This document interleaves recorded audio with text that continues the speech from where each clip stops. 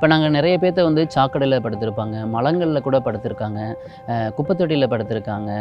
So இந்த மாதிரி அவங்க அவங்க மேலே எறும்பு மொய்க்கும், ஈ மொய்க்கும், நெருங்க முடியாது, பயங்கரமாக வாடடிக்கும். நாங்கள் ரோட்டில் இருக்கக்கூடிய நிறைய தாத்தா பாட்டிங்க பார்த்தீங்கன்னா, வீட்டில் வந்து பிள்ளைகள் வந்து வெளியில் வீட்டை விட்டு வெளியில் அனுப்பியிருப்பாங்க.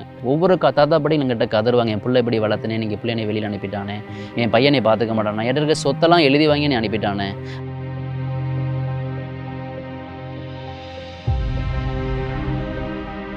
நிறைய பேர்த்த வந்து அவங்களுக்கு வந்து வேலை வாங்கி கொடுத்துருக்கோம். அவங்களுக்கு நாங்கள் ஹோம்லேயே அவங்களுக்கு வந்து நாங்கள் ஸ்கில் டெவலப்மெண்ட் ட்ரைனிங் கொடுப்போம்.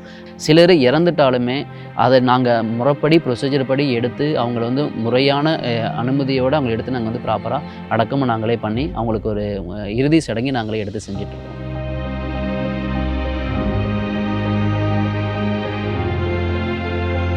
இப்போ சப்போஸ் நம்ம எங்களுக்கு அந்த போதிய அளவு ஃபண்டு இல்லை அப்படின்னா, இன்றைக்கி ரோட்டில் அவங்கள பார்க்குறவங்கள ஜஸ்ட் எங்களால் பார்த்துட்டு தான் வர முடியும். அவங்களால எங்களால் ரெஸ்க்யூ பண்ண முடியாது.